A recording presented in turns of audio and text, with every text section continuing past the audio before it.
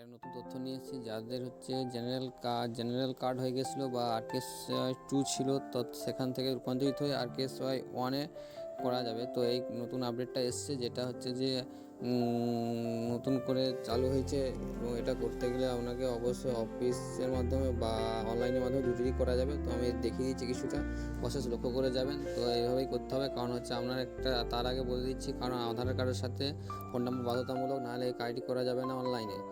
তো অনলাইনটি করতে গেলে ধীরে সুস্থে দেখে করতে হবে, কারণ ভুল হয়ে গেলে আর আপনার কার্ড ঠিক করা যাবে না।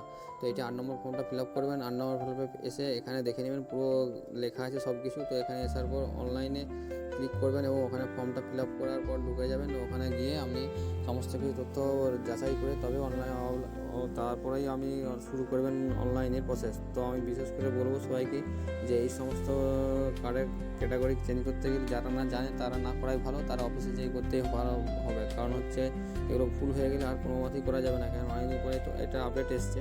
তো সবাইকে বলবো নিজেরা না পাকামি করতে গিয়ে আপনারা অফিসে গিয়ে সরাসরি করান, কারণ অনেক কার্ড জেনারেল হয়ে গেছিলো, সেগুলো অফিস থেকে করা ভালো। তো এই ছিল একটা নতুন তথ্য এসছে এবং এই তথ্যটা দেওয়ার ছিল। তো এটা আমরা তাড়াতাড়ি করুন, কারণ এটা বেশিরভাগ সময় বন্ধ হয়ে যায়। তবে একটা বলে দিচ্ছি, এর সাথে একটা ইনকাম সার্টিফিকেট নিয়ে যাবেন সঙ্গে করে অফিসে গেলে। তো এইভাবে এটা কার্ডটা করা যায়, পরে প্রসেস।